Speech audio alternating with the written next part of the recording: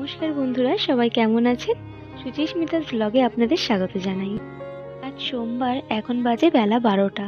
তো আমার ঝটপট তৈরি হওয়ার কারণ আমি আজ স্যালন যাব ফার্স্ট টাইম হেয়ার স্মুথনিং করাতে। তো দেখুন আমার কিরম সোয়েট হচ্ছে ফেসে, মানে আমার টিস্যু অবধি আটকে যাচ্ছে। কারণ আজ সকাল থেকেই আমাদের বাড়িতে লোডশেডিং, মানে পুরো এরিয়াটাতেই লোডশেডিং। সচরাচর আমাদের এখানে লোডশেডিং হয় না। তো সামনে যেহেতু এখন দুর্গাপুজো, তো এখন তো নানান রকমের কাজ হবে লাইনে। তো সেই জন্য দুদিন ধরেই আমাদের এখানে লোডশেডিং যাচ্ছে সকালবেলা করে। তো আমি যে স্যালনটিতে যাব সেটি আমার শ্বশুরবাড়ির সামনে না, ওটা আমার বাপের বাড়ির কাছে একদম।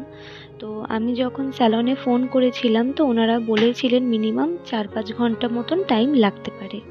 তো সেই জন্যই আর কি ঝটপট করে রেডি হয়ে নিচ্ছি। তো আমি রেডি। তো স্যালনে যাওয়ার আগে আমি চলে এলাম একটু মায়ের কাছে, মায়ের সাথে দেখা করতে। রাস্তা এতটাই জ্যাম ছিল বলার মতো না। তো এই যে আমার দিদিমণি আর আমার মা, তো বেরিয়ে গেলাম স্যালনের দিকে। তো এইটা হচ্ছে আমাদের পাড়ার পুজোর প্যান্ডেল শুরু হয়ে গেছে, দেখেও বেশ ভালো লাগছে। তো পৌঁছে গেছি আমি।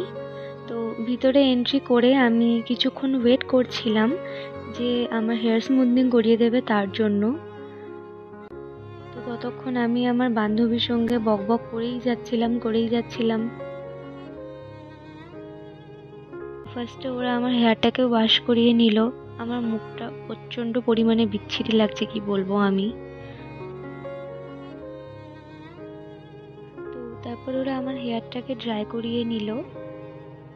তো তারপর আমার অনেকক্ষণ ধরে ক্রিম অ্যাপ্লিকেশন চলছিল। তো ফার্স্টের থেকেই আমার একটু বোর লাগছিল, এক্সাইটমেন্টও হচ্ছিল, কিন্তু একটু বোরও লাগছিল এই কারণে যে সকালবেলা আমি যখন স্যালনে ফোন করেছিলাম, তো ওনারা বলেছিলেন যে মিনিমাম 4 থেকে 5 ঘন্টা সময় লাগতে পারে। তো এই ক্রিম অ্যাপ্লিকেশনটা করানোর পরে ওনারা বলেছিলেন যে মিনিমাম 1 ঘন্টা কি 45 মিনিট ওয়েট করতে হবে। তো ফাইনালি আমার হেয়ারটা এখন ওয়াশ করিয়ে নিচ্ছেন। তো যে আমার হেয়ারটাকে ওয়াশ করাচ্ছেন উনি এতটাই সফটলি ভাবে হেয়ারটাকে ওয়াশ করাচ্ছেন, মানে আমার এতটাই রিল্যাক্স লাগছিল, তো আমার রীতিমতন আমার ঘুম পেয়ে যাচ্ছিল। তো আমার হেয়ারটা ওয়াশ করানো হয়ে গিয়েছে। তো এখন উনি সেরাম লাগিয়ে দিচ্ছেন। তো এবার আমার হেয়ারটাকে ওনারা ড্রাই করে নিচ্ছেন ভালো করে। সত্যি কথা বলতে আমার এখানকার সার্ভিস আর প্রত্যেকের বিহেভিয়ার খুবই ভালো লেগেছে। তো তারপর ওনারা আমার হেয়ারে আয়রন দিচ্ছেন। তারপর আমি তো খুব খুশি এইটা ভেবে যে যেহেতু আমার কোনো এক্সপিরিয়েন্স ছিল না, ফার্স্ট টাইম করছি, তো এটাই আমি ভাবলাম যে বাহ, মানে তাহলে আলটিমেটলি হলো করা আর কি।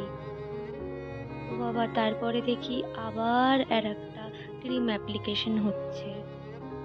তো সেই ক্রিম অ্যাপ্লিকেশনটা মিনিমাম আমাকে 10-15 মিনিট রাখতে হয়েছিল, কি 20 মিনিট মতন রাখতে হয়েছিল। তো তারপরে আবার আমার হেয়ারটা ওনারা ওয়াশ করে নিয়ে মাস্ক দিয়ে কিছুক্ষণ আমাকে ওয়েট করতে বললেন। তো আমার হেয়ারটা ওয়াশ করে নেওয়ার পর ওনারা আবার আমার হেয়ারটাকে ড্রাই করিয়ে নেবেন। ভাবছি কখন বাড়ি যাব আর ভাল লাগছিল না। তো ফাইনালি আমার হলো করা কমপ্লিট। আমার হেয়ারটা কেমন লাগছে তো আমি সেটা এখন দেখাচ্ছি না, যেদিন আমি ওয়াশ করাতে আসবো সেদিন আমি ফাইনাল দেখাবো আপনাদের। তো লাস্টে আমি ক্যাব পেলাম অনেকক্ষণ দাঁড়ানোর পরে, কারণ সব রাইড ক্যান্সেল হয়ে যাচ্ছিল। তো এখন আমি বাড়ির দিকে ফিরছি। তো এটা হচ্ছে আমাদের বাড়ির সামনে একদম কসবা অ্যাক্রোপলিস মল।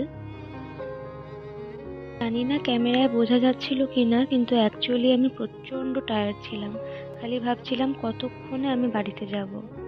তো ফেরবার পথে দিদি ফোন করলো, দিদির সঙ্গে কথা বলতে বলতে বাড়ি ফিরছিলাম।